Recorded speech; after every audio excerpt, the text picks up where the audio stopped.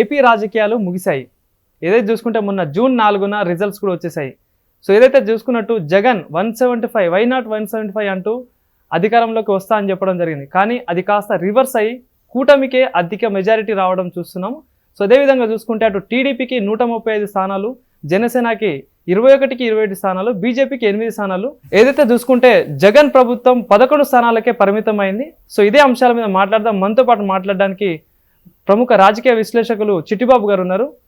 Sir నమస్తే sir. నమస్తే. ఎలా ఉన్నారు? రైట్. సో ఏపీ రాజకీయాలు అయితే మొగతాయితే తెర పడిపోయింది. సో ఇందాక మనం ఇంతకుముందు కూడా మాట్లాడుకున్నట్టు జగన్ ప్రభుత్వం రాబోతుందని అటు సర్వేలు చెప్పాయి, మీరు కూడా చెప్పారు. కానీ సీన్ మొత్తం రివర్స్ అయింది. సో ఏమై ఉండొచ్చు, వైఫల్యాలు ఏమై ఉండొచ్చు అంటారు? ఆఖరి 15 రోజుల్లో కొన్ని మార్పులు జరిగాయి ప్రజల్లో చిన్న చేంజ్ ఆఫ్ థాట్. ఎలాగైతే గతంలో కూడా 2019 ఎన్నికలప్పుడు కూడా మనం ఒకసారి విశ్లేషిస్తే 19 ఎన్నికల్లో చంద్రబాబు కేసుల్లో తిరుగుతున్న జగన్ ని ఎవరు గెలిపిస్తారు, ఎవరు ఓట్లేస్తారు? చంద్రబాబు స్వీప్ అనేది అనుకున్నాం. ఆ స్వీప్ అనుకున్నది కాస్త 150 సీట్లు జగన్ కి ఇచ్చారు.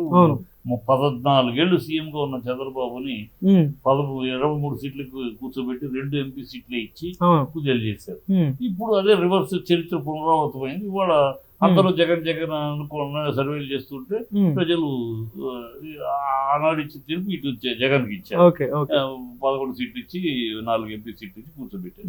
సో ఇది ప్రజల తీర్పు. ప్రజలు ఒకప్పుడు ఎవరు ఎటు అంటే మన ఆంధ్ర రాష్ట్రం ఉన్నది ఒకే వైపు ఉంటుంది, అటు ఇటుగా చేయరు, చేస్తే ఒకే ఊపు అంతే, ఇటు అటో అంతే, ఇటు సగం అటు సగం ఉండదు. అంటే ఊహించని విధంగా రావచ్చే అనుకోవచ్చు సార్ ఈ ఫలితాలు? ఊహించని విధమనే అనుకోవచ్చు అమ్మా. ఆఖరి ఎందుకంటే మన లోకల్ సర్వీస్ చేసి చేసుకున్నారని చెప్పుకోవచ్చు. నేషనల్ సర్వీస్ మీకు ఎన్నికల అనౌన్స్మెంట్ రావడానికి ముందు, ఎన్నికల అనౌన్స్ రాకుండా నేషనల్ లెవెల్ అన్ని కూడా ఎందుకు చెప్పినాయి? వాళ్ళందరూ ఏం ఆశించి కాదు కదా, వాళ్ళందరూ చెప్పారు. ఆఖరిలో ఏం జరిగిందో 4 కారణాలు గట్టిగా కనపడుతున్నాయి. విశ్లేషణ 4 కారణాలు. ఒకటి, చంద్రబాబు నాకు ఇది ఆఖరి ఎన్నికలు, 40 ఏళ్ళ సుదీర్ఘ రాజకీయం తర్వాత ఇది ఆఖరి ఎన్నికలు అని చెప్పడం ప్రజల్లో కొంచెం వాళ్ళని సెంటిమెంట్ కదిలిచ్చింది. అయ్యో, ఈనాడు 14 ఏళ్ళు సీఎం గా ఉండి 40 ఏళ్ళు రాజకీయ జీవితంలో ఉండి ఇవాళ ఆయన పాపం ఓడించి రాజకీయంగా రిటైర్ అవ్వడం, ఓడించి ఇంట్లో కూర్చోబెట్టమా? పాపం ఆయన సీఎం గానే మళ్ళీ సీఎం గానే అడుగు పెట్టాలంటున్నాడు. సీఎం గానే చేద్దాం, సీఎం గా రిటైర్ అవునాయి రాజకీయాల నుంచి, దానికి 80 ఏళ్ళు వచ్చేస్తాయి. నెక్స్ట్ ఈ రాజకీయ రిటైర్మెంట్ చెప్తే ఇంకోటే ఉంటుంది. సో ఆయన ఆఖరి రాజకీయ మజిలీ ఓటమితోటి కాకుండా గెలుపుతోటి ఇద్దాం పాపం అని ఈనాడు ముఖ్యమంత్రి, అదొక సెంటిమెంట్. రెండో పాయింట్, పవన్ కళ్యాణ్ నన్ను అసెంబ్లీకి పంపించండి, పోయినసారి ఓడించారు, పోయినసారి చేసి మొత్తం ఓడించారు నన్ను, అయినా సరే నేను పోరాడుతున్నాను, మీకోసం నిలబడుతున్నాను, నా అవమానాలు భరించినా ఎన్ని భరించినా మీకోసం నిలబడుతున్నాను, నన్ను ఒక్కసారి అసెంబ్లీలో అడుగు పెట్టామండి అని బతిమాలటం. అయ్యో, ₹1,00,00,000 రోజు ₹1,00,00,000 తీసుకునే ఆర్టిస్ట్, ఒక హీరో మన ఇంతగా బతిమాలుతున్నాడే, ఒక్కసారి నన్ను అసెంబ్లీకి పంపించాలి, ఆశీర్వదించాను, నన్ను ఇంతగా బతిమాలుతున్నాడే, ఆయన్ని ఈ పోతే పోయిందేమో, ఒకసారి గెలిపిస్తే పోయిందేమో అని అదొక సెంటిమెంట్ ప్రజలు. కానీ అంటే సార్ ఏదైతే చూసుకుంటే 3 పాయింట్ సంక్షేమ పథకాలు. సంక్షేమ పథకాలు జగన్ కన్నా ఎక్కువ ఇస్తానంటున్నాడు చంద్రబాబు. చంద్రబాబు ఎక్కువ ఇస్తానంటే ఇచ్చినప్పుడు ఎందుకు కాదనాలి మనకి? అతనేమో ఇంతకు మించి నేను ఇవ్వలేనని చెప్పేశాడు మేనిఫెస్టోలో.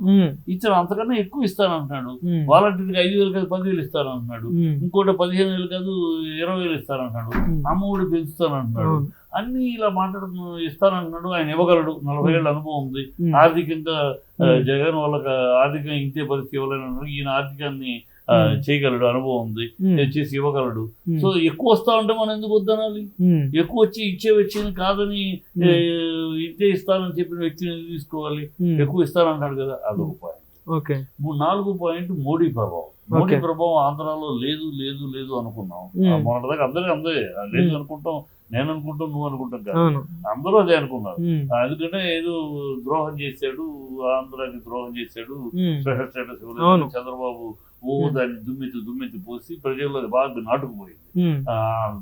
బీజేపీ, మోడీ ఆంధ్రాకి అన్యాయం చేశారు. ఈ పరిస్థితిలో ఆయన పవర్ ఇక్కడే పనిచేయదు అనుకున్నాం, ఉమ్, కానీ అది బాగా పనిచేసింది అనుకోకుండా. ఓకే. ఉమ్, ఆ ఓట్లు ఎక్స్చేంజ్ అవ్వడమే, వీళ్ళ ఓట్లు వాళ్ళకి పాస్ ఆన్ అవడమే కాకుండా ఉమ్, ప్రజల్లో ఒక బలమైన విశ్వాసం ఏర్పడుతుందంటే ఉమ్, జగన్ ముఖ్యమంత్రిగా ఉండి మోడీ ముందు గట్టిగా మాట్లాడలేకపోయాడు. ఓకే. జగన్ వాదం ఏంటి, అక్కడ ఆయన ఫుల్ మెజారిటీ ఉంటే మనం మాట్లాడి చేయగలిగితే ఏముంది, అందుకని ఏం మాట్లాడలేదు. ఉమ్, వాళ్ళ కానీ ప్రజల దృష్టిలో గట్టిగా మాట్లాడలేకపోయాడు. ఓకే. అదే చంద్రబాబు అయితే గట్టిగా మాట్లాడతారు. ఉమ్, సో వీళ్ళు ముగ్గురు కలిశారు, ఉమ్, కేంద్రంలో మోడీ వస్తున్నాడు. ఉమ్, సో ఈ చంద్రబాబును గెలిపించుకుంటే గట్టిగా పోటాడతాడు, మనకి రాష్ట్రానికి మంచి చేస్తాడు ఓకే. అని ఒక నమ్మారు. ఓకే. ఈ 4 ఇష్యూలు ఉమ్, ఆఖరి నిమిషంలో బాగా, అంటే ఈ 4 ఇష్యూలు ఎక్కువ ఎవరిలో పనిచేసింది, 20% కొత్త ఓటర్స్, ఉమ్, 20% తటస్థ ఓటర్స్. ఓకే. వీళ్ళే ఎప్పుడు న్యాయ నిర్ణేతలు, ఉమ్, కనపడకుండా ఓట్లు వీళ్ళ వల్లే. ఓకే. ఈ 40%లో 80% ఉమ్, ఈ కూటమికి. ఉద్దేశంతో ఈ కూటమిలో పడ్డాయి. ఓకే. అది అనూహ్యంగా వెళ్ళిపోయింది.